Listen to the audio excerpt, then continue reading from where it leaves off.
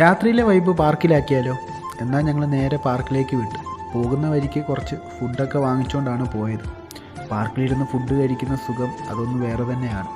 ലൈറ്റൊക്കെ ഇട്ട് പാർക്ക് നല്ല സൂപ്പർ ആണെങ്കിലും ആളനക്കം വളരെ കുറവായിരുന്നു. എന്തായാലും ഞങ്ങൾ ഫുഡ് കഴിക്കാനുള്ള സ്പോട്ടൊക്കെ കണ്ടുപിടിച്ച് വിരിയൊക്കെ അങ്ങോട്ട് വിരിച്ച് കഴിക്കാനുള്ള സാമഗ്രികളെല്ലാം പതുക്കെ പതുക്കെ നിരത്തി. വീട്ടിൽ തന്നെ കുക്ക് ചെയ്യുന്നത് കൊണ്ട് പുറത്തുനിന്നുള്ള ഫുഡ് വളരെ കുറവാണ്. എന്തായാലും പുറത്തേക്കൊക്കെ ഇറങ്ങുന്ന സമയത്താണ് നമ്മളിങ്ങനെ ഫുഡൊക്കെ വാങ്ങിച്ച് കഴിക്കാറ്. കഴിച്ചു കഴിഞ്ഞതിന് ശേഷമായിരുന്നു കലാപരിപാടികൾ. അവിടെ കുട്ടികൾക്ക് കളിക്കാനുള്ള കുറച്ച് സാധനങ്ങളുണ്ടായിരുന്നു. ദേവു കുട്ടികൾക്ക് മാത്രമല്ല ഇത് കളിക്കാനുള്ളത് എന്ന് പറഞ്ഞ് അതിൽ ഓരോന്നിലും വലിഞ്ഞു കയറുന്നുണ്ടായിരുന്നു. എന്താണെന്നറിയില്ല, ഓരോ ഐറ്റത്തിലും മാറി മാറി കയറിയിട്ടും അങ്ങോട്ട് തൃപ്തിയാവുന്നില്ല. അപ്പോഴേക്കും 1-2 ഫാമിലി അങ്ങോട്ട് വന്നിരുന്നു. എന്നാൽ പതുക്കെ അങ്ങോട്ട് പോകാമെന്ന് കരുതി.